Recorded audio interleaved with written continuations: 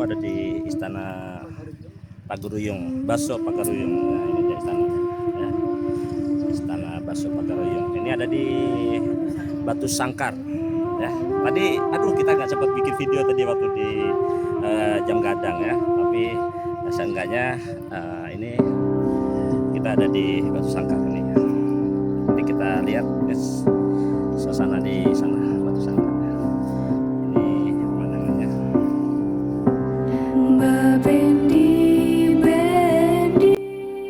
Salah satu peninggalan sejarah dari eksistensi kekuasaan Kerajaan Pagaruyung adalah sebuah istana megah yang terletak di Nagari Pagaruyung. Daerah segitiga Kabupaten Agam, 50 kota, dan tanah datar dianggap sebagai poros awal persebaran kebudayaan Minangkabau. Tinjauan sejarah mempercayai ketiga daerah yang pada masa lampau berjuluk Luhak Nantigo ini merupakan pemukiman awal dari masyarakat Minangkabau. Pada wilayah ini pula, di masa lalu berdiri sebuah pemerintahan konfederasi yang disebut sebagai Kerajaan Pagaruyung. Kerajaan yang terbentuk dari gabungan nagari-nagari ini runtuh setelah terjebak dalam siasat kolonial Belanda saat Perang Padri bergejolak. Salah satu peninggalan sejarah yang masih tersisa dari eksistensi kekuasaan Kerajaan Pagaruyung adalah sebuah istana megah yang terletak di Nagari Pagaruyung, Kecamatan Tanah Tanjung Emas, Batu Sangka, Kabupaten Tanah Datar. Istana ini bernama resmi Istana Basa Pagaruyung yang berarti Istana Besar Kerajaan Pagaruyung. Sesuai dengan namanya, istana ini mengabadikan kemegahan arsitektur dari pusat pemerintahan kerajaan. Meskipun wujud yang berdiri megah sekarang ini bukanlah bangunan aslinya, namun berbagai detail ciri khas arsitektur yang dimilikinya masih sama seperti kondisinya di masa lampau. Istana Basa Pagaruyung dahulu merupakan kediaman dari Raja Alam, sekaligus pusat pemerintahan dari sistem konfederasi yang dipimpin oleh triumvirat tiga pemimpin, berjuluk Rajo Tigo Selo. Sistem kepemimpinan ini menempatkan Raja Alam sebagai pemimpin kerajaan dengan dibantu dua wakilnya, yaitu Raja Adat yang berkedudukan di Buo serta Raja Ibadat yang berkedudukan di Sumpur Kudus. Kedua wakil ini memutuskan berbagai perkara yang berkaitan dengan permasalahan adat serta agama. Tetapi, jika suatu permasalahan tidak terselesaikan, maka barulah Raja Pagaruyung turun tangan menyelesaikan. Istana ini memang merupakan replika dari bangunan asli yang dibakar Belanda pada tahun 1804. Bangunannya berbentuk sebuah rumah panggung berukuran besar dengan atap gonjong yang menjadi ciri khas dari arsitektur tradisional Minangkabau. Rumah panggung besar ini bertingkat 3 dengan 72 tonggak yang menjadi penyangga utamanya. Terdapat 11 gonjon atau pucuk atap yang menghias bagian atas dari bangunan ini. Seluruh dinding bangunan ini dihiasi oleh ornamen ukiran berwarna-warni yang secara total terdiri dari 58 jenis motif yang berbeda. Sebagai sebuah istana kerajaan, masing-masing tingkat dalam bangunan ini memiliki fungsi yang berbeda-beda. Tingkat paling bawah merupakan tempat aktivitas utama pemerintahan berupa sebuah ruang besar yang melebar dengan area khusus sebagai singgasana raja di bagian tengahnya. Di sisi kiri dan kanan ruangan terdapat sebuah ruangan kamar. Di bagian belakang singgasana terdapat 7 buah kamar sebagai tempat bagi para putri raja yang telah menikah. Tingkat kedua dari bangunan merupakan ruang aktivitas bagi para putri raja yang belum menikah. Besarnya ruangan ini sama dengan besar ruangan utama di bawahnya. Ruangan yang teratas merupakan tempat raja dan permaisurinya bersantai sambil melihat kondisi di sekitar istana. Bangunan asli dari istana ini awalnya berlokasi di Bukit Batu Patar. Setelah insiden tahun 1804, istana ini didirikan kembali tetapi terbakar habis pada tahun 1966. Pada 27 Desember tahun 1976, upaya rekonstruksi ulang kembali dilakukan dengan ditandai peletakan tunggak dua tiang utama oleh Gubernur Sumatera Barat saat itu, Harun Zaid. Istana ini dibangun kembali di lokasinya yang baru di sisi selatan bangunan asli, yaitu di lokasinya saat ini. Ruangan ini disebut Anjung Peranginan, yang posisinya terletak tepat di bawah atap gonjon, yang berada di tengah bangunan atau disebut juga Gonjong Mahligai. Di ruangan ini terdapat sejumlah koleksi senjata pusaka asli kerajaan yang masih tersisa. Di antaranya tombak, pedang, dan senapan peninggalan Belanda. Pada 27 Februari tahun 2007, istana ini kembali terbakar akibat tersambar petir.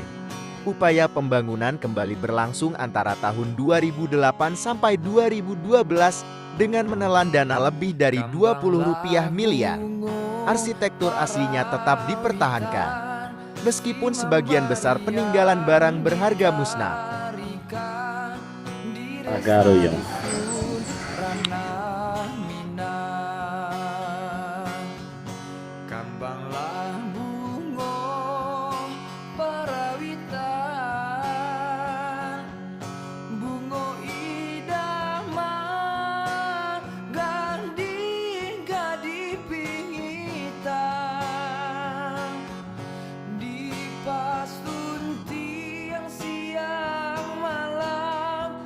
Bayang-bayang bungonan Jombang, kambanglah bungo para Istana Pagaruyung yang sudah kita kunjungi.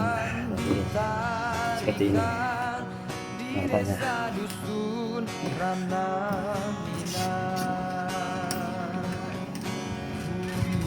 Kambang Sumara Anjung,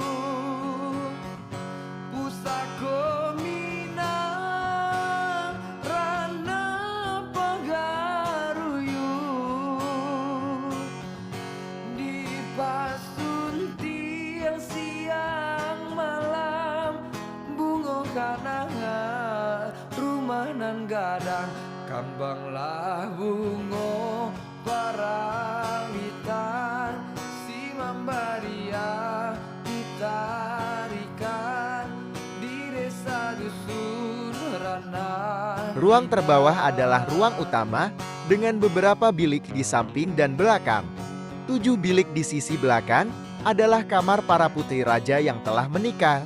Di tengah ruangan merupakan singgasana tempat raja menjalankan pemerintahannya.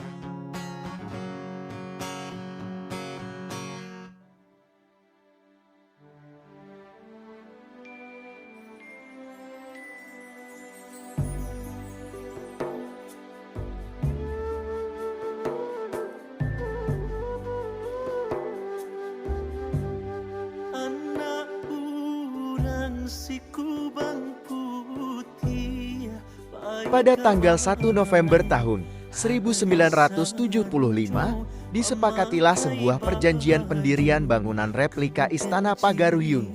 Istana ini tidak dibangun pada situs aslinya, tetapi berpindah lebih selatan dari situs aslinya.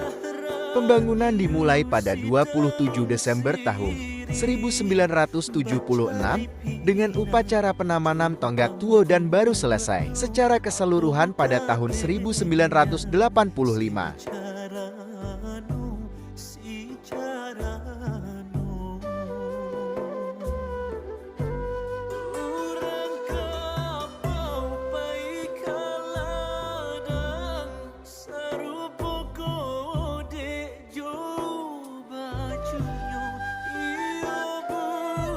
Istana Basa Pagaruyung asli dibangun seluruhnya dengan batang-batang kayu. Adapun bangunan saat ini sudah dibangun dengan struktur beton modern.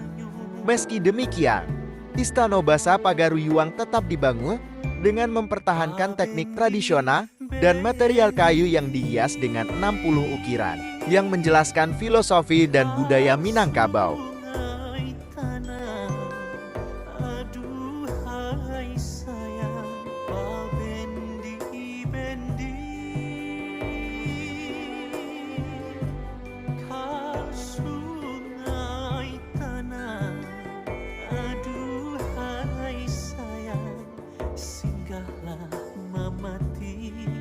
Singgahlah mama tia, lambai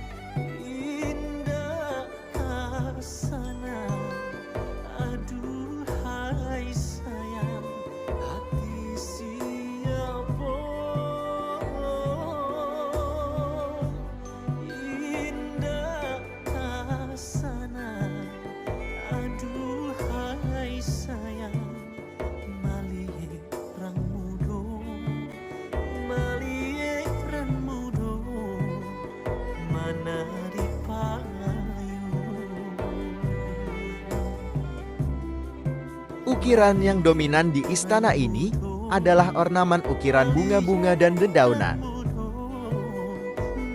Istana Pagaruyung dimaksudkan untuk menjadi ikon Sumatera Barat. Setelah selesai dibangun, istana menjadi dikenal publik sebagai tempat kunjungan wisata dan museum.